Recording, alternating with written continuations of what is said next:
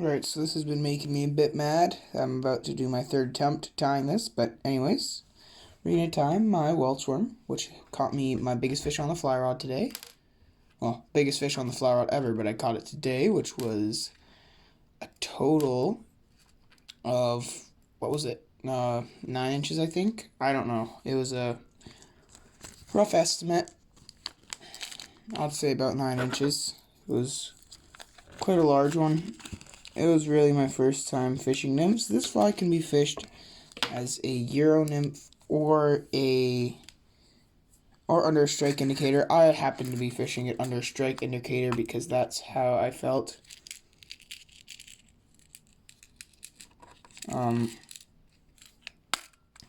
It worked pretty well, but of course I ended up snagging about 50 times, and the 50th time is when it finally broke off. But here we go. Now I guess it's time to start tying. One thing you guys should do right now is grab your wire of whatever sort.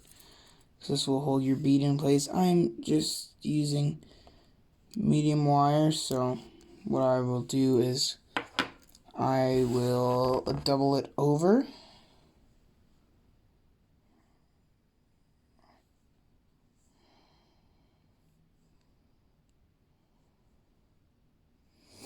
Now what we'll do is, this would be better with white thread, but I am using black UTC Ultra Thread 70 because I do not have white thread. That still works just fine.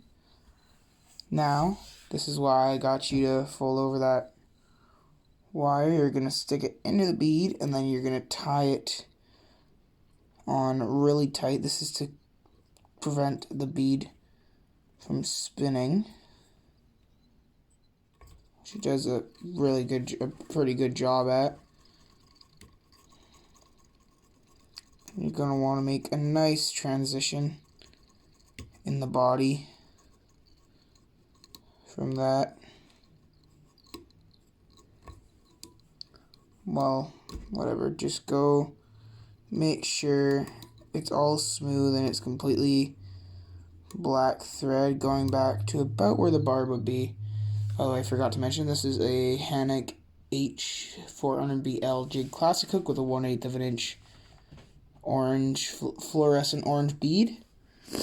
What you will need next is our main dubbin, which will be Hairline, Light Shed, Rainbow Scud Dub, and this stuff's pretty coarse. It's basically just ice dub. You could do a dubbin loop. I'm not doing a dubbin loop. I'm just making a nice noodle. But now you're gonna start wrapping this up your hook shank.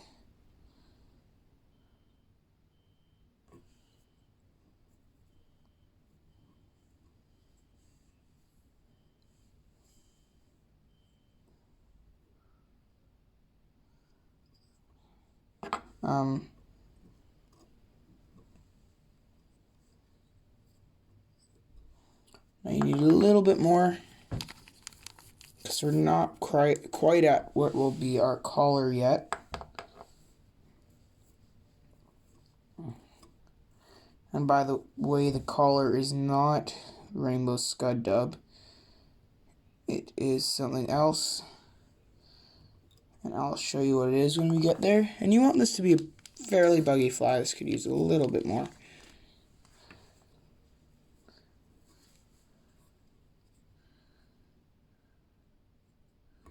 Alright, so now you're going to want to use any sort of gray dubbin. What I have is I have a dog that sheds a lot, so I kind of just have a bag of his fur for fly tying. And it just happens to be gray fur when it sheds, even though he's a black and tan dog. But this stuff works quite well.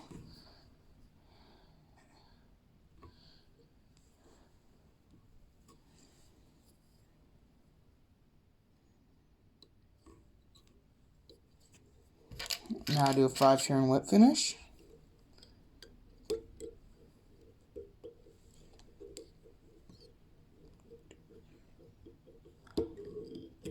And that is my waltz worm. So tight lines, and I will insert the picture of my trout from today now.